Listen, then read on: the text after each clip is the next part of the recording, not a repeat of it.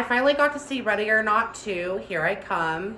It stars Sarah Michelle Gellar, Catherine Newton, Samara Weaving, of course, and Elijah Wood, and a few other people, but I finally got to go see it, and I actually really enjoyed it, so here is my review.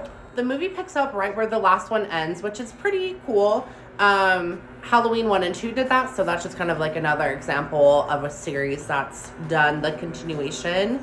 And Halloween 2018 and Kills, those were both like a continuation right after the first one.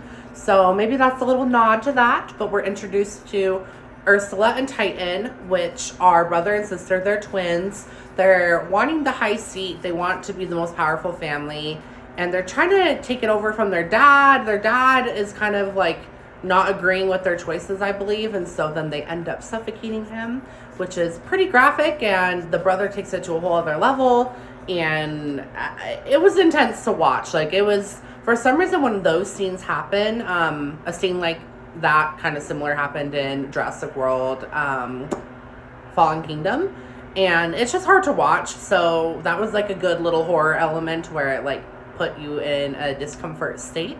It was really cool seeing Sarah Michelle Gellar as the villain. She's never played a villain as far as I can remember. She's either like the final girl or gets offed, so it was a new role for her, and I love the name Ursula. She's pretty iconic. The twin dynamic between her and Titus is also really interesting and kind of sad in the end, because, spoiler alert, he ends up wanting to off her and does. We're also introduced to Elijah Wood as the lawyer, which he is the lawyer for any time the hide and seek games happen, and he just maintains the order and, you know, makes sure that it's all fair, because we're also introduced to some other families from all around the world that are, you know, elite high society families, and they're all trying to compete in this game to become the main holder, the main supreme, the main chair. That's the word that they use, to become the main chair.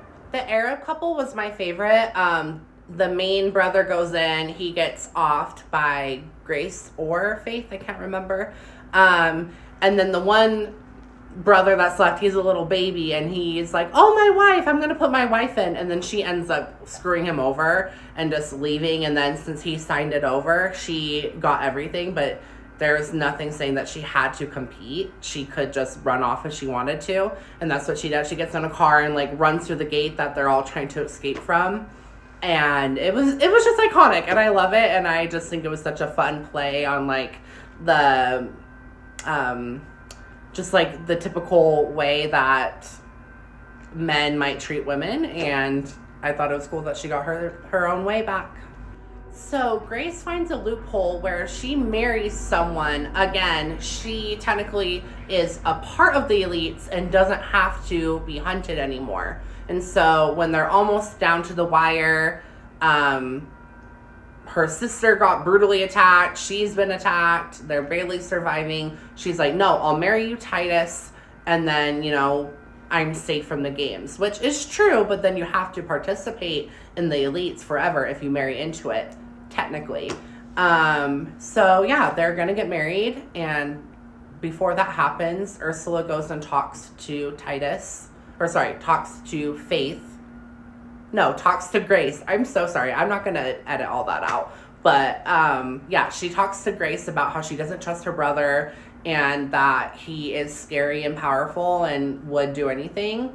And he overhears it and offs her in a really brutal manner in front of Grace, and she's having like, not PTSD, but it's really hard for her to like handle that right in front of her, rightfully so. And it's a really brutal scene, and it was really hard to see Sarah Michelle Gellar in that state, but that's kind of her role in these horror movies. She never makes it to the end, unfortunately, even if she's the villain. So Grace does end up marrying Titus, but once she marries him, she attacks him and offs him, and somehow, I can't remember the exact rules, but essentially that wasn't breaking the rules, because she wasn't attacking anyone else that was competing against her in the game. It was her own family, and he just offed his own sister, and so there's no rules about that. There's just rules about not offing off the other competitors. So she did that, and then she became one of the most powerful elites,